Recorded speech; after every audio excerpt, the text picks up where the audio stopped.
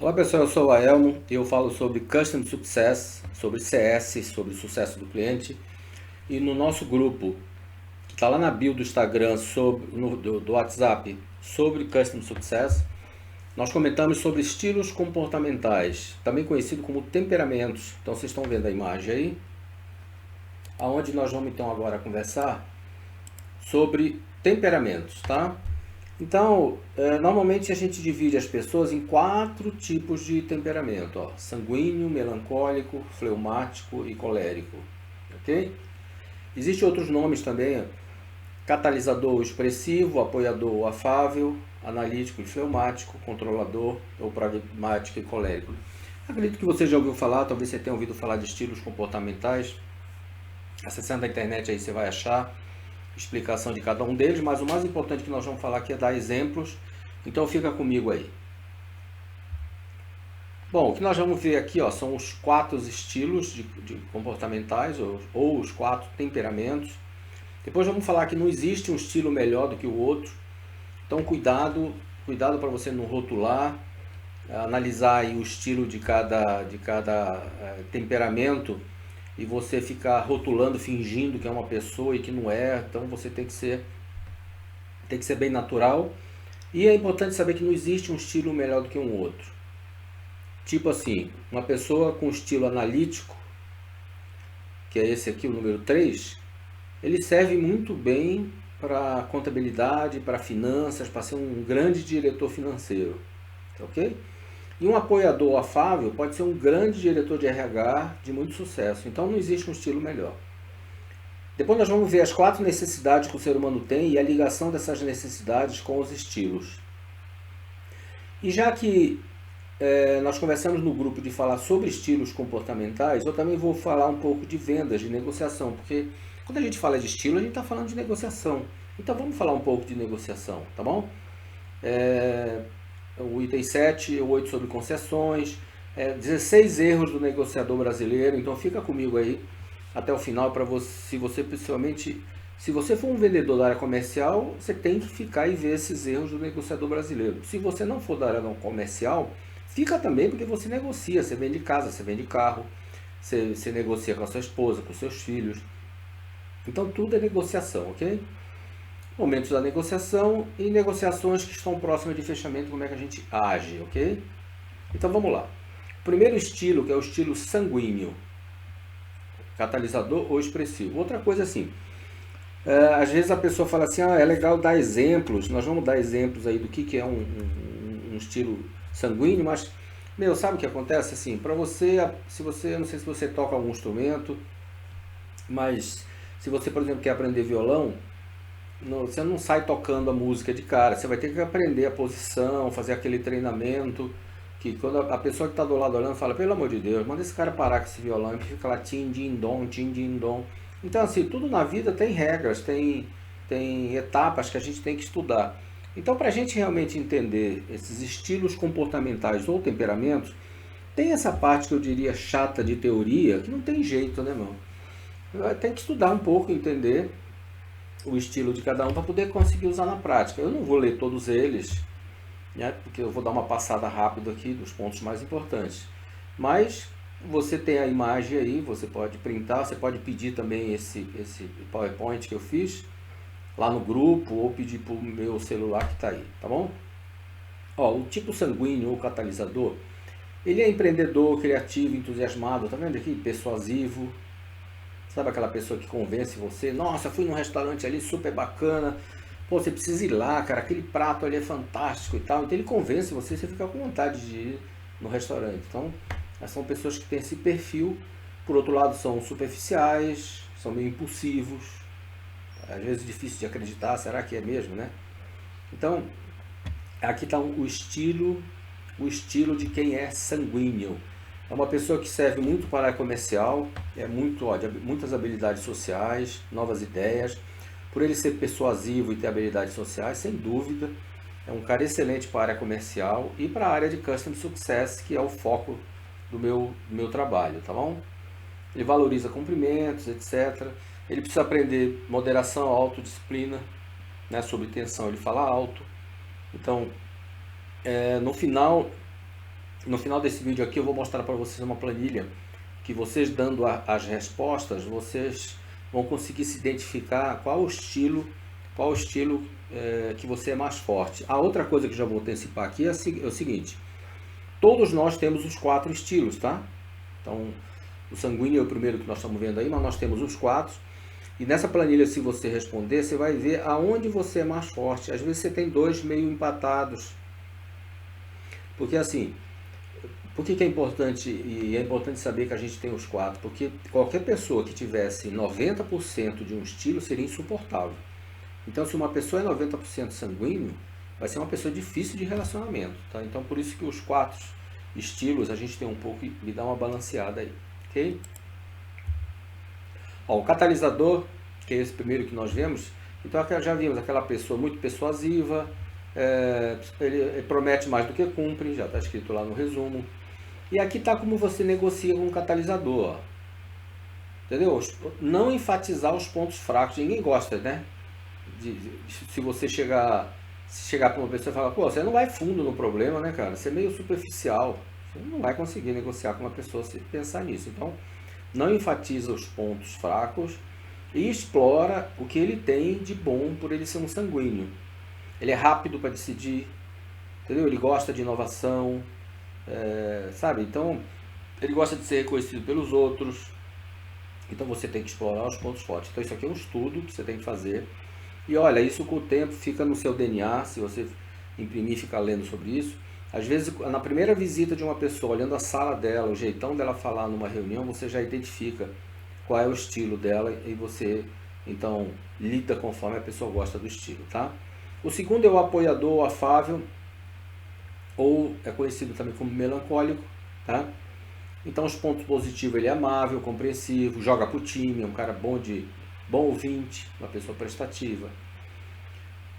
E pontos negativos, perde tempo, exatamente por ele ser compreensivo, né? Tem tudo a ver, acaba perdendo tempo.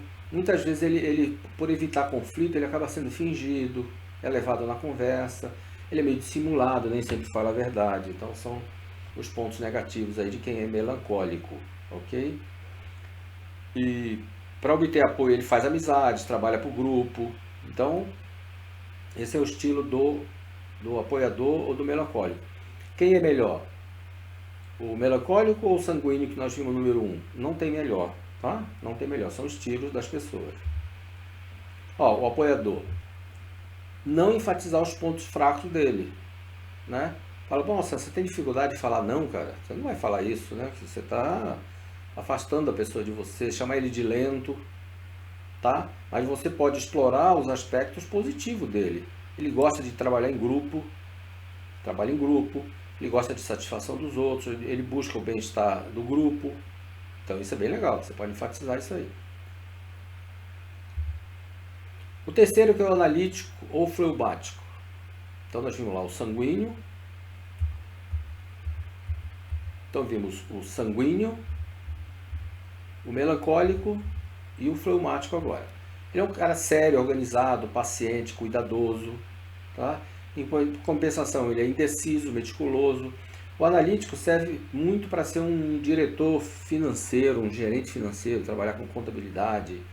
Sabe aquele cara que você precisa de aprovação de um trabalho, você prepara todo o trabalho lá no Excel, na planilha, todo bonitão, perdeu um tempão chegar lá para ele, ele pede para mudar. Ele pede para incluir uma linha, pede para incluir mais um número que ele não analisou ainda. Esse é o estilo analítico, é o cara da contabilidade, né?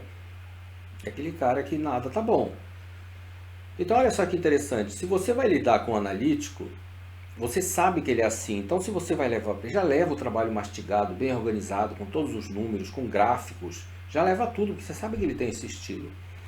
E se você achar que você é uma pessoa analítica, você que está me ouvindo aqui, se você trabalha na área de contabilidade ou tem esse perfil analítico, o fato de você saber que você é assim, de repente cai a sua ficha de falar, nossa, eu estou procrastinando, olha, por eu pedir muita coisa, eu estou demorando muito para decidir. Então, não é que você vai mudar, né? É para você conhecer o seu estilo. Se você é analítico, você vai continuar sendo analítico, você vai morrer analítico. Mas você sabendo as coisas boas e as coisas positivas e as negativas que você tem, ou os pontos que precisa melhorar, De repente, se você está demorando muito por uma decisão, você lembra desse ponto negativo e aí você corre e resolve o assunto, tá? Então, negociar com o analítico, não enfatizar, dizer assim, pô, cara, você quer muito detalhe, até quando eu vou ficar fazendo as coisas para você? Ferrou, né? Então, chamar ele de teimoso, de maçante, que ele é muito indeciso. Então você tem que explorar os aspectos positivos dele, de tomar decisão segura, é um cara organizado, sistemático. Então você vai lidar com a pessoa conforme o estilo dela. E por último, o controlador, ou pragmático ou colérico. Então um cara decidido, eficiente, rápido, assume riscos, em compensação é crítico, exigente, impaciente, mandão. Tá? Para obter apoio, confia na eficiência, trabalho bem feito. Sob tensão ele ameaça, pode se tornar até um cara tirânico. Então, se você é dono de uma empresa, é líder de um departamento e você, depois que preencher a planilha e você vê que você tem, ou já se identifica como uma pessoa colérica, assim, você precisa ter mais humildade, aprender a escutar os outros, tá certo? Então, são estilos que nós temos, não são bons nem ruins, todos nós temos os quatro, vou enfatizar isso bastante. Todos nós temos um pouco, por isso que às vezes você ouvindo isso, você quer se identificar com um deles, fala assim, nossa. Aí você ouve o outro, você fala, mas eu tenho um pouco desse também. Aí você ouve o outro, você fala, mas eu tenho um pouco desse também. É assim mesmo, tá? Então o controlador, não enfatizar que ele é egoísta, que ele só pensa nele, não falar que ele é dominador, tirano, você vai arrumar inimizade com uma pessoa que tem um estilo bem agressivo, né? Mas você pode explorar os aspectos positivos dele, que ele é um cara que atinge metas, resultado, que ele cumpre o que ele deve, entendeu? Ele é cumpridor de deveres, etc, etc. Tá? Então você enfatiza os pontos positivos. Já falamos várias vezes que não existe um estilo melhor do que o outro, né? São várias formas que cada um de nós tem de agir. Todos nós temos um pouco de cada estilo, já falei várias vezes. E muito importante não rotular, não fingir, né? A hora que você lê, você fala, eu sou mais colérico. Aí você enfatiza os efeitos do colérico. Aí todo mundo vai notar, você perdeu a originalidade, né? Deixou de ser verdadeiro. Tá bom? Agora vamos fazer uma ligação dos 4 estilos com as necessidades do ser humano. Olha aqui, que interessante. São 4 necessidades básicas do ser humano. Reconhecimento, aceitação, segurança e realização. Então nós temos essas 4 necessidades. Vamos ver a ligação deles com os estilos. Olha aqui, que legal. O catalisador, ou expressivo, ele valoriza mais o reconhecimento. O apoiador, a aceitação. O analítico, a segurança. Não faz sentido? O analítico é o gerente financeiro, é o cara financeiro, ó, que ele valoriza mais a segurança. E o controlador ou o pragmático valoriza mais a realização. Agora olha só que legal. Agora nós vamos a um exemplo. Estão vendo aí o desenho de uma casa? Eu sou corretor. Aliás, no grupo lá tinha uma pergunta de um corretor. Eu sou um corretor e eu vou vender uma casa para uma pessoa que eu já identifiquei como um catalisador. Já identifiquei, pelo jeito dela, falando com a esposa, com os filhos, sei lá, de alguma maneira, eu identifiquei que ele é um catalisador e eu vou vender a casa para ele. Veja bem, o bom vendedor, ele não é aquele que mente, não é para mentir. Nós não estamos aqui para enganar o cliente, mas nós estamos aqui para falar do jeito que a pessoa gosta de ouvir, aquilo que ela valoriza. Então olha aqui, a maior necessidade de um catalisador é o reconhecimento. Então eu vou falar para ele, nessa casa, né? Então eu estou mostrando a casa para uma pessoa com esse perfil, eu vou falar do arquiteto famoso, vou falar do bairro, vou falar da casa, que a casa é bem situada, que as pessoas vão admirar, vai dar status, etc, etc. Vocês viram que aqui eu não falei da churrasqueira? O catalisador não vai fazer churrasco. E tem uma baita de uma churrasqueira lá, uma piscina, ele não vai usar. Então eu não estou mentindo, eu só estou falando as verdades da casa que o catalisador gosta de ouvir. Olha aqui o apoiador. O apoiador, como ele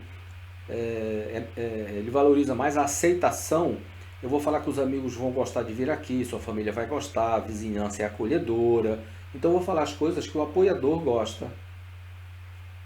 Da mesma casa. A mesma casa eu estou falando com pessoas de estilos diferentes.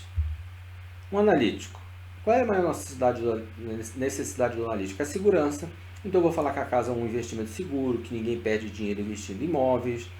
Às vezes cai num período, mas todo mundo sabe que depois ele valoriza, etc, etc, etc.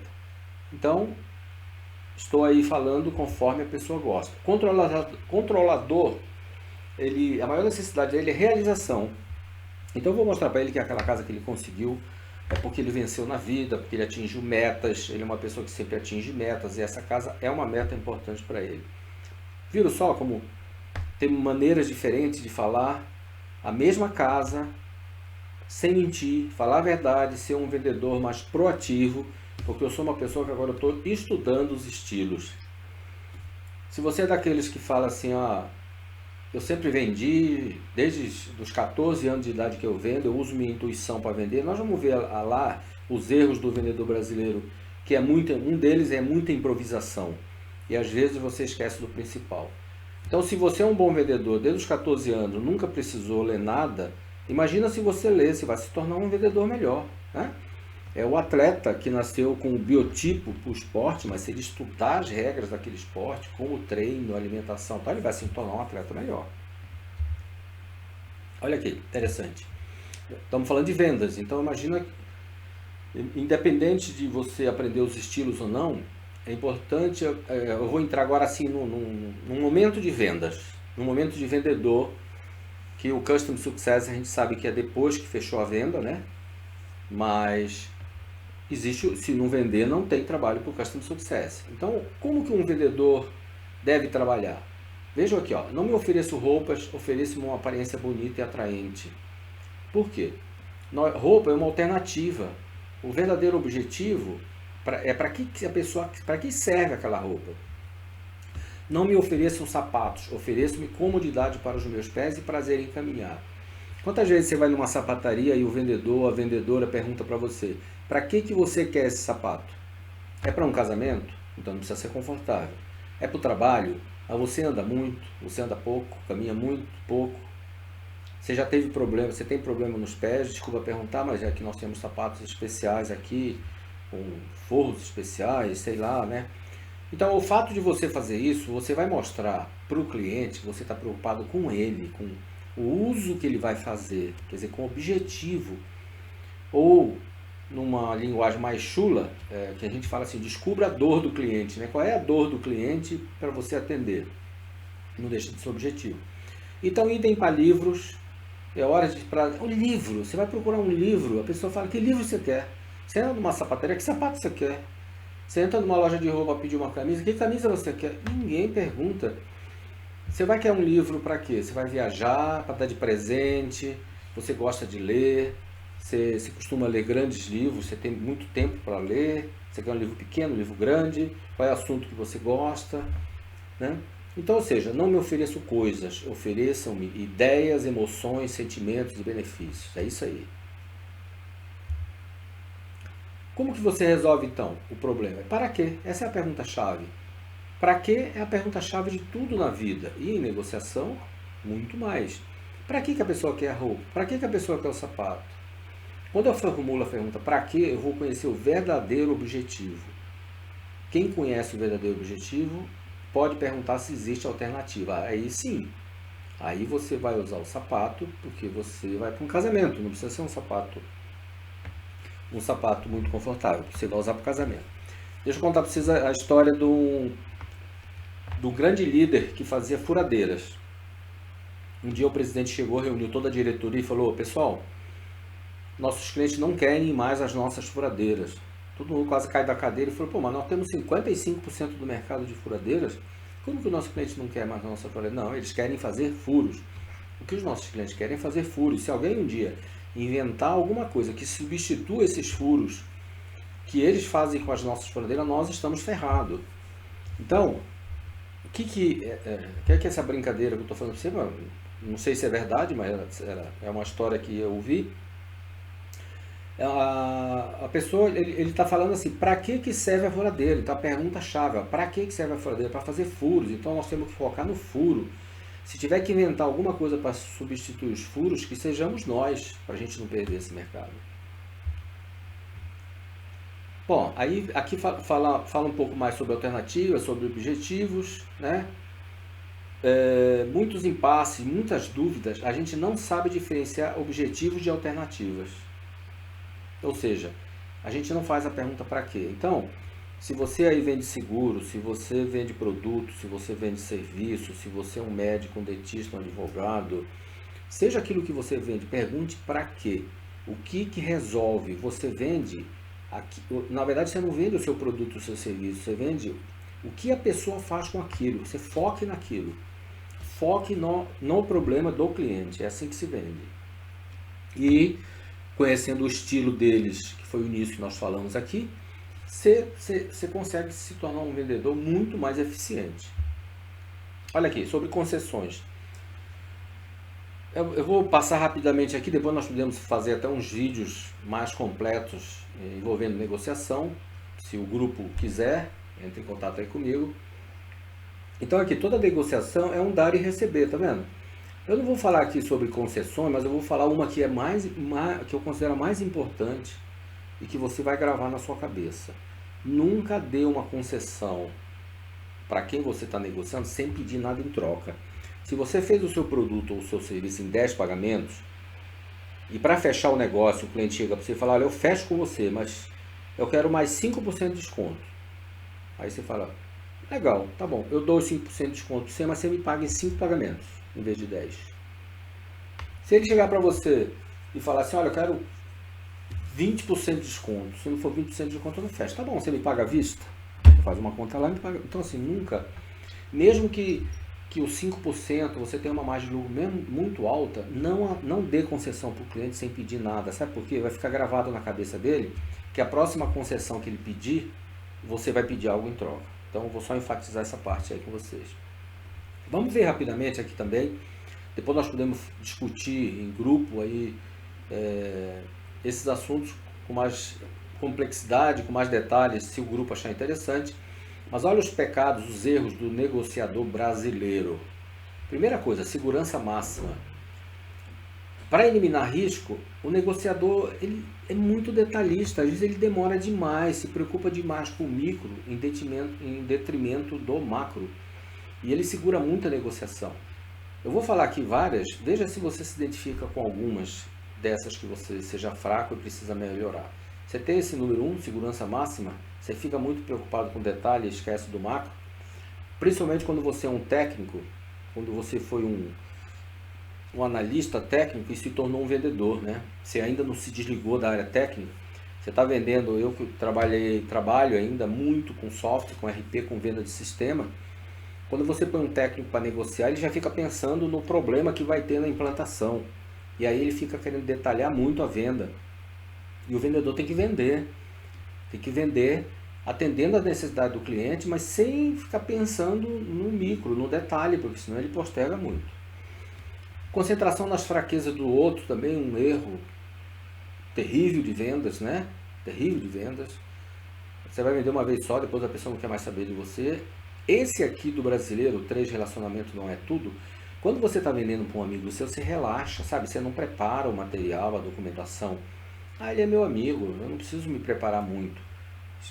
Esquece, cara, você tem que se preparar, tá super preparado para negociação, independente se do outro lado é seu pai, seu irmão, seja quem for.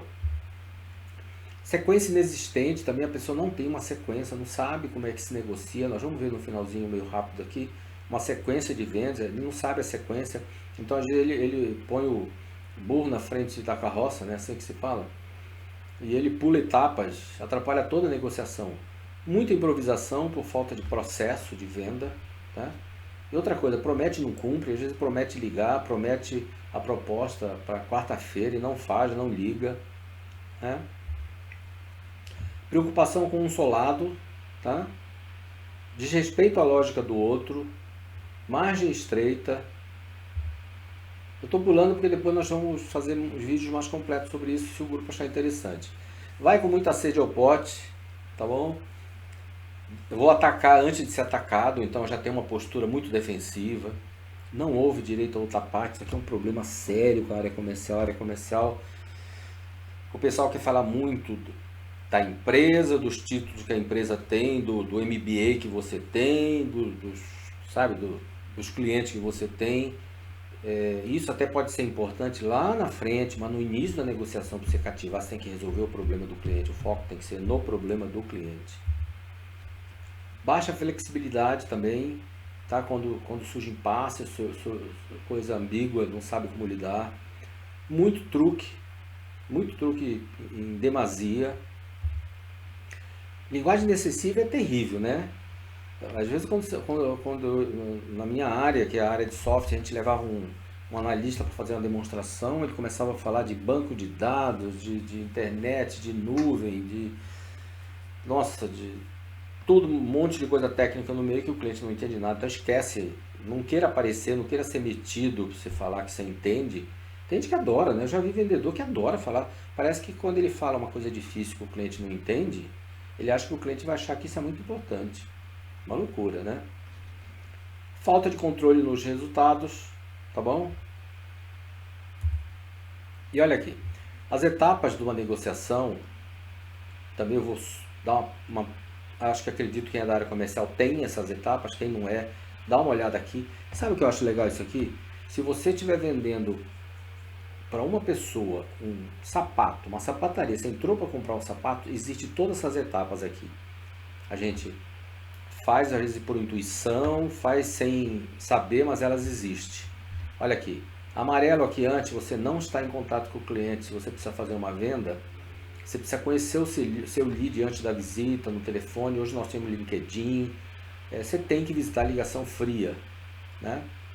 Então essa é a preparação. O que está em verde aqui, você já está em contato com o cliente. Antes de continuar, deixa eu falar para vocês aqui, eu criei uma potente, tá vendo a palavra potente para facilitar a gravação? Então P de preparação, O de oportunidade. Aqui eu já estou em contato. Aqui existe uma forte dose já de emoção envolvida. Aqui é o momento de gerar confiança. Tá bom? Então essa é a etapa aqui de gerar confiança. Aqui eu levantei os dados, aqui eu já estou em contato com o cliente, seja por telefone, seja presencial. Aqui eu vou fazer um trabalho inicial, que é a solução para todas as dúvidas e pontos fortes do projeto. Então, que são as duas coisas, as dores do cliente e os pontos fortes do projeto. No E de escopo, eu apresento a solução e os benefícios do projeto. O N, que eu brinquei aqui com esse, acho que chama acróstico isso, né? Quando você usa uma palavra assim. Eu usei nupcial aqui, querendo dizer, nós estamos preparados para o casamento. Eu estou esclarecendo as dúvidas finais, antagonismo, impasses, concessões, etc. Aí tem o T de trabalho final, que aí é assinatura, fechamento de vendas. Cuidado para não criar dificuldades aqui, tá? Eu já perdi vendas, já perdi uma venda, porque na hora do cliente pegou a caneta para assinar, eu fui puxar um assunto que a gente estava falando 5 minutos atrás. Ele pôs a caneta na mesa, não assinou o contrato. Nesses 5 minutos entrou uma gerente nova dele e falou, e aí ele falando, olha, eu estou assinando a compra do software, do RP aqui com a Elmo. Aí a gerente falou, mas eu não falei para você que eu ia conversar daquele sistema aqui da outra empresa. É verdade. Pois a dona da empresa mandou eu descer e esperar e eu perdi essa venda. Então, errando a gente vai aprendendo, né? Errando a gente vai aprendendo. Então não crie dificuldade na hora de assinar. E o último aqui da palavra potente é o trabalho de Customer Success, que é todo o objetivo do meu canal aí. E é claro que eu não vou falar só de Customer Success, só de CS. Que seria a parte de adoção, retenção, expansão e fazer o cliente se tornar um fã da marca. Adoção, também conhecido por onboarding, é um dos pontos mais importantes aqui.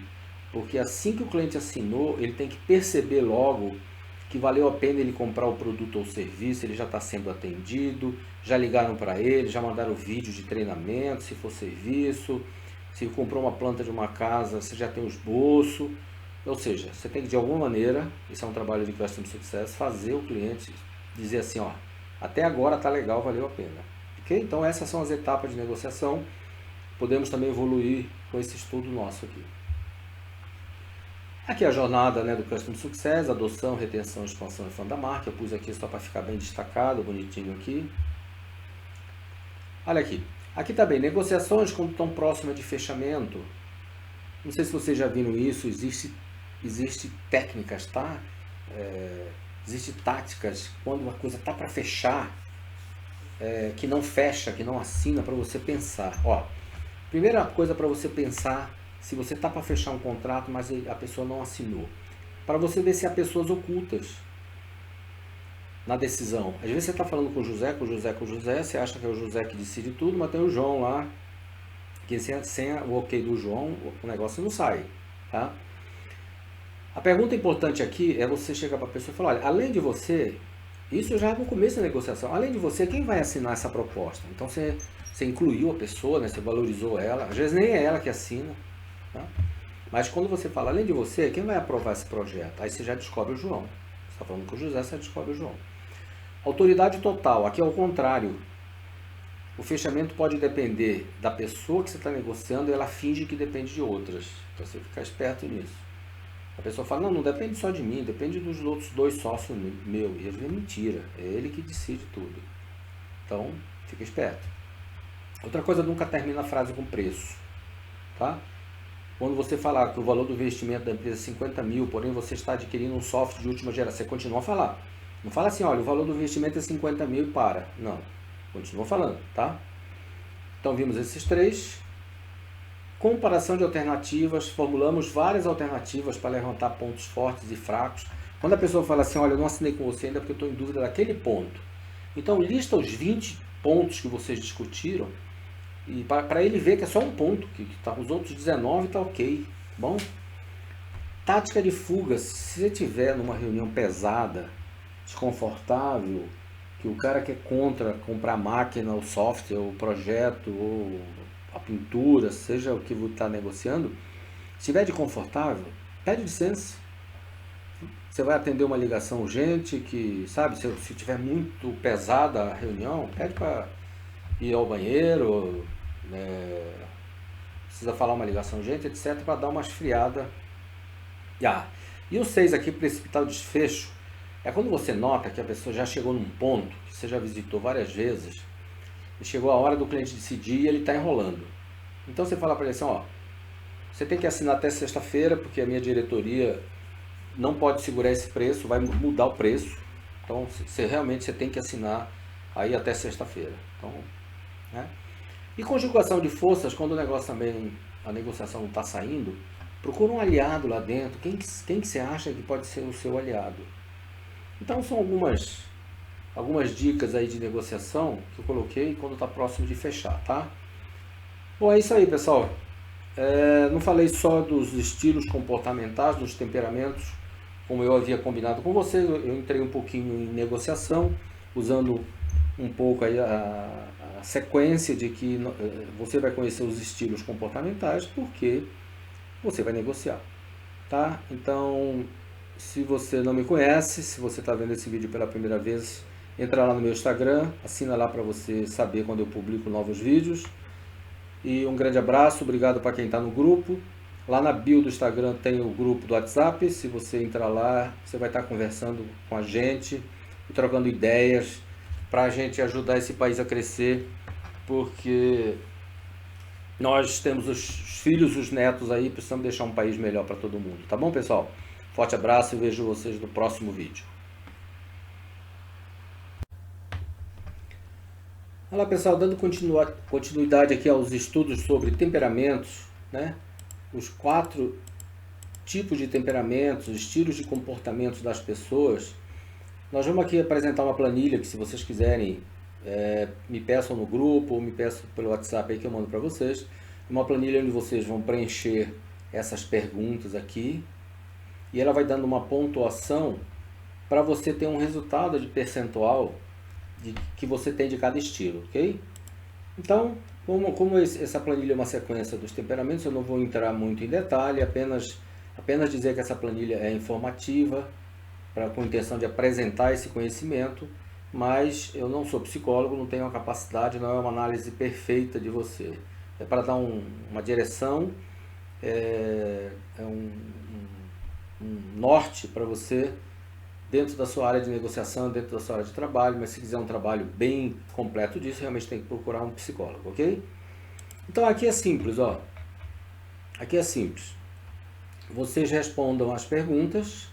Então olha aqui, temos os 4 estilos: sanguíneo, colérico, fleumático e melancólico. Você simplesmente vai respondendo. Ó, Você responde independente, esquece se você é esse ou aquele. Você vai responder as perguntas, ó.